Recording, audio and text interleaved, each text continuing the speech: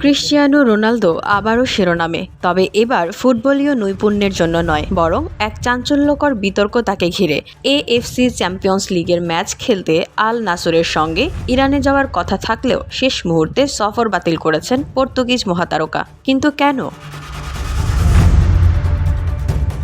Spanish সংবাদ মাধ্যম মার্কারের দাবি, 2023 সালে ইরানের এক শারীরিকভাবে অক্ষম নারী শিল্পীকে চুম্বন ও আলিঙ্গন করার ঘটনায় রোনালদোর বিরুদ্ধে কঠোর শাস্তির দাবি ওঠে। ইসলামী আইনের অধীনে এটি ব্যভিচার হিসেবে গণ্য হতে পারে, যার ফলে তাকে 99 বেত্রাঘাতের শাস্তির মুখোমুখি হতে হতো।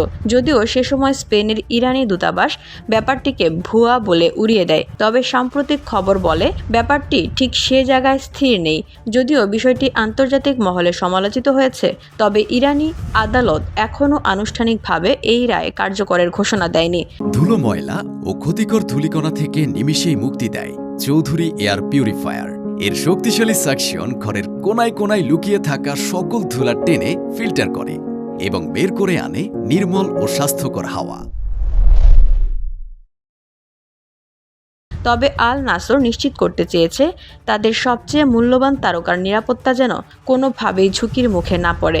আল নাসর চেয়েছিল ম্যাচটি নিরপেক্ষ কোনো ভেন্যুতে সরিয়ে নেওয়া হোক, তবে ইরানি ক্লাব এস্তেগলাল সে অনুরোধ প্রত্যাখ্যান করে। এই সিদ্ধান্ত নিয়েও অনেক প্রশ্ন উঠেছে। ক্রিশ্চিয়ানোকে দলে না পাওয়ার সুবিধা নিতে কি ইচ্ছাকৃতভাবে ম্যাচের ভেন্যু পরিবর্তন করা হয়নি?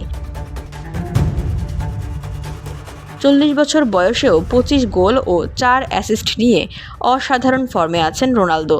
তার অভাব দলটিকে বেশ ভোগাতে পারে, তবে তিনি চাইছেন দ্বিতীয় লেগের ম্যাচে মাঠে ফিরতে। রোনালদোর অনুপস্থিতি নিয়ে নানা ষড়যন্ত্র তত্ত্ব শোনা গেলেও কথা পরিষ্কার যে তিনি নিজের স্বাস্থ্য ও ক্যারিয়ার সুরক্ষার কথা ভেবেই এই সিদ্ধান্ত নিয়েছেন।